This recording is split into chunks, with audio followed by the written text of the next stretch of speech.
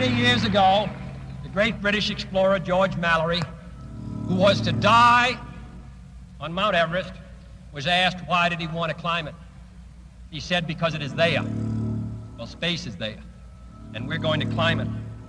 And the moon and the planets are there, and new hopes for knowledge and peace are there. And therefore, as we set sail, we ask God's blessing on the most hazardous and dangerous and greatest adventure on which man has ever embarked. President Kennedy rallied a nation back in 1962, with good reason. In the 4 years since its inception, NASA had already began sending its original Mercury 7 astronauts into space. Among them, a Marine.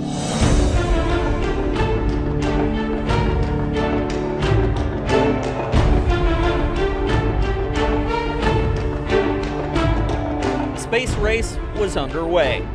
Fueled by the bravest and brightest America had to offer, one Marine stood at the tip of the spear.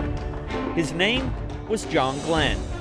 His service as a Marine aviator launched him into NASA's Astronaut program, where he became the first American to orbit Earth. Main chute is on green. Chute is out in reef condition at 10,800 feet and beautiful chute. But that wasn't enough. Glenn made history again 36 years later when he returned to space at 77 years old.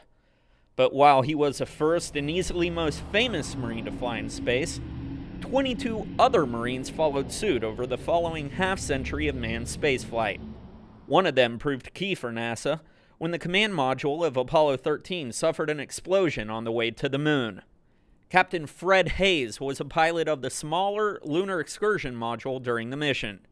He turned it into a lifeboat and used it to fly the crew home safe, turning tragedy into triumph. Doug Hurley's journey into space began in the small upstate New York town of Appalachian. It was just a wonderful place to grow up. It was a very small town. It was fairly rural.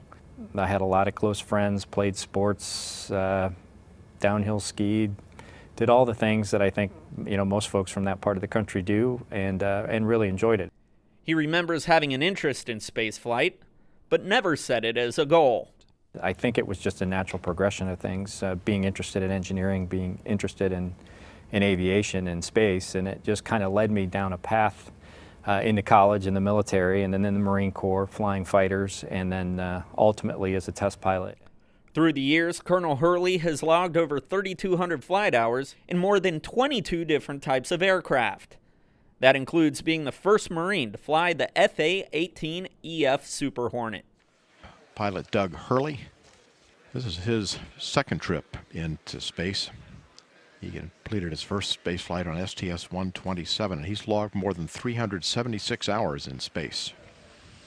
Go for main engine start. And he has another piece of history under his belt now as pilot of STS-135, better known as the Space Shuttle program's final flight. 2, 1, 0, and liftoff, the final liftoff of Atlantis. On the shoulders of the Space Shuttle, America will continue the dream. Roger, roll, Atlantis. Houston now controlling the flight of Atlantis. The Space Shuttle spreads its wings one final time for the start of a sentimental journey into history. Hurley's mission aboard Atlantis turns a page in both NASA and American history. But he believes it's time to start another chapter. Let's explore the moon. Let's explore an asteroid. Let's explore Mars. To me, that is the part of human spaceflight that really is exciting. And just to see what's over that next bend and around that next curve is why I originally got into this business. With any luck, he'll stay in the business because Marines are a staple at NASA. They've been that way from the beginning, all the way to the end. For the last time, the Space Shuttle's main engines have fallen silent. From Washington, I'm Sergeant Todd Hunter. Of a storied 30-year adventure.